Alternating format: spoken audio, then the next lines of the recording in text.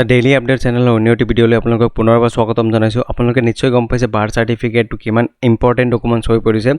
So আপোনালোকে নিজৰ birth চাৰ্টিফিকেটৰ কাৰণে কেনেকৈ এপ্লাই কৰিব গোটেইখিনি প্ৰচেছ আজিৰ এই ভিডিঅ'টোত মই আপোনালোকক ষ্টেপ বাই ষ্টেপ দেখুৱাই দিম।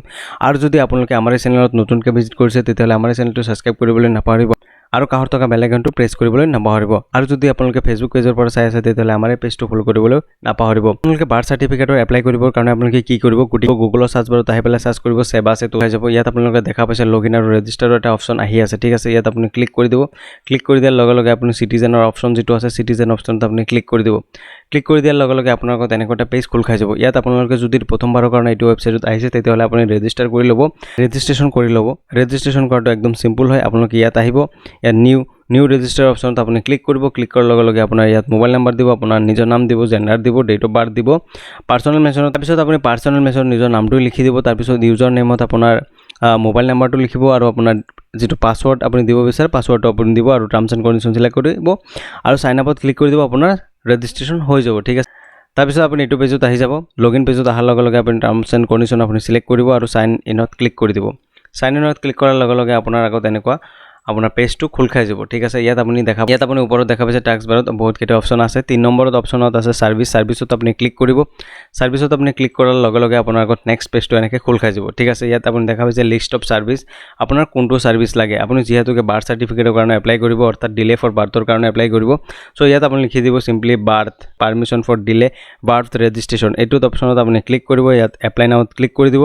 তাৰপিছত আপোনাৰ আগত এনেকুৱা এটা অপশ্যন খোল খাই যাব। ইয়াত আপুনি দেখা পাইছে ওপৰত permission for delay birth registration, ইয়াত এপ্লাই নাওৰ অপশ্যন আহি আছে। তাৰ আগতে আপুনি এবাৰ ৰিকুৱাৰমেণ্টটো চাই ল'ব আপোনাৰ কি ডকুমেণ্টছ লাগিব। তাৰপিছত আপুনি কি কৰিব, এপ্লাই নাওত আপুনি ক্লিক কৰি দিব।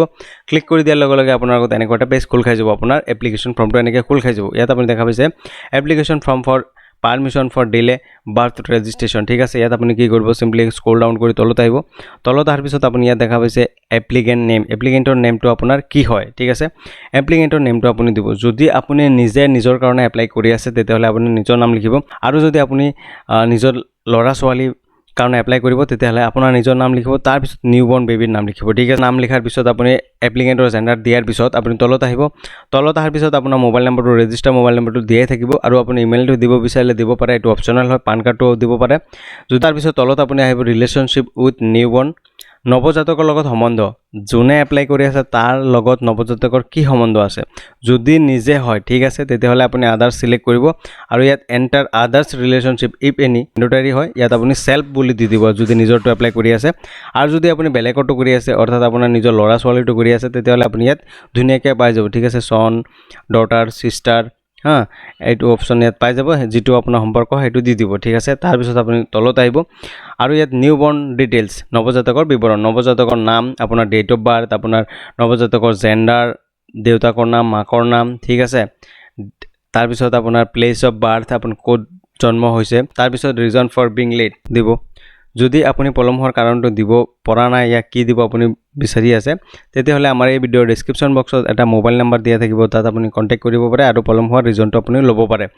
আৰু যদি আপোনালোকে কোনোবাই বাৰ্থ চাৰ্টিফিকেট বনাব বিচাৰিছে, আপোনালোকে বাৰ্থ চাৰ্টিফিকেটটো বনাব পৰা নাই বা আপোনালোকে এপ্লাইটো কৰিব পৰা নাই, আমাৰ এই ভিডিঅ'ৰ ডেছক্ৰিপশ্যন বক্সত এটা নাম্বাৰ দিয়া আছে, আপুনি তাৰ পৰা কণ্টেক্ট কৰি পেলাই আপুনি নিজৰ বাৰ্থ চাৰ্টিফিকেটৰ এপ্লাইটো কৰিব পাৰে, একদম অতি কম খৰচতে, ঠিক আছে।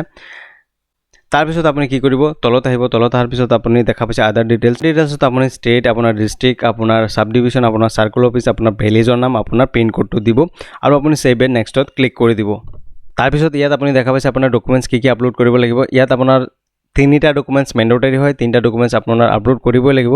তাৰ লগতে আপোনাৰ গাঁওবুঢ়া চাৰ্টিফিকেট, 1965 ভোটাৰ চাৰ্টিফাইড কপি, আৰু আপোনাৰ বৰ্তমান ভোটাৰ লিষ্ট, এই 3টা ডকুমেণ্টছ আপুনি একেলগে কৰি পেলাই আপুনি আপলোড কৰিব লাগিব, ঠিক আছে। প্ৰথমটো আপুনি আপলোড কৰিব।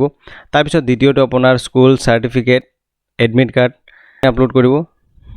আপুনি দেখা পাইছে register hospital government private certificate regarding birth of age proof, আপোনাৰ ভেলিড এটা ডকুমেণ্টছ দিব লাগিব, ঠিক আছে। এতিয়া আপোনাৰ ধৰি লওক হস্পিটেলৰ পৰা কোনো ডকুমেণ্টছ নাই, তেতিয়া আপুনি কি দিব, ইয়াত আপোনাৰ নিজৰ আধাৰ কাৰ্ড বা পান কাৰ্ড দিব পাৰে, ঠিক আছে, আপোনাৰ এজ প্ৰুফৰ কাৰণে। আৰু যদি আপোনাৰ ইয়াত 2 নম্বৰ অপশ্যনত আপুনি দেখা পাইছে স্কুল চাৰ্টিফিকেট, এডমিট কাৰ্ড, যদি আপোনাৰ 6 বছৰতকৈ ওপৰত আছে তেতিয়াহ'লে আপুনি এইটো দিব, আৰু যদি নাই তেতিয়াহ'লে পেৰেণ্টছৰ ডিটেইলছ দিব, ঠিক আছে।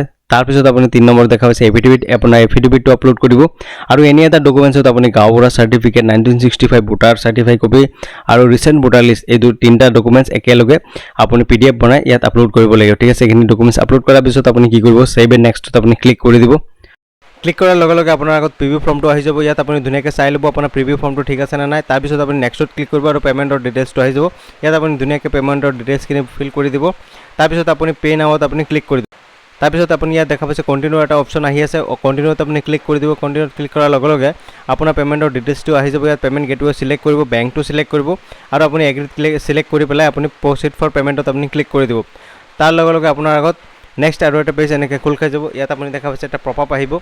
এই পপআপটো আপুনি কি কৰিব, ইয়াত আপুনি অ'কেত ক্লিক কৰি দিব। অ'কেত ক্লিক কৰাৰ লগে লগে আপোনাৰ নেক্সট পেজলৈ লৈ যাব। ইয়াত আপুনি দেখা পাইছে আপোনাৰ পে'মেণ্টৰ যিটো অপশ্যন আছে আপোনাৰ এনেকৈ পে'মেণ্টটো ছাকচেছফুলি হৈ যাব আৰু আপোনাৰ আগত এনেকুৱা এটা অপশ্যন আহি যাব। ইয়াত পে'মেণ্টটো কমপ্লিট হোৱাৰ লগে লগে আপোনাৰ এনেকৈ ৰিচিপ্টটো ওলাই যাব। ঠিক আছে, ইয়াত আপোনাৰ ৰিচিপ্টটো এনেকৈ পাই যাব। চ' আজিৰ এই ভিডিঅ'টোত এইখিনি আছিল। যদি আপোনালোকে ভিডিঅ'টো চাই পেলাই ভাল পাইছে তেতিয়াহ'লে আমাৰ চেনেলটো ছাবস্ক্ৰাইব কৰি দিব আৰু কাষত থকা বেল আইকনটো প্ৰেছ কৰিবলৈ নাপাহৰিব।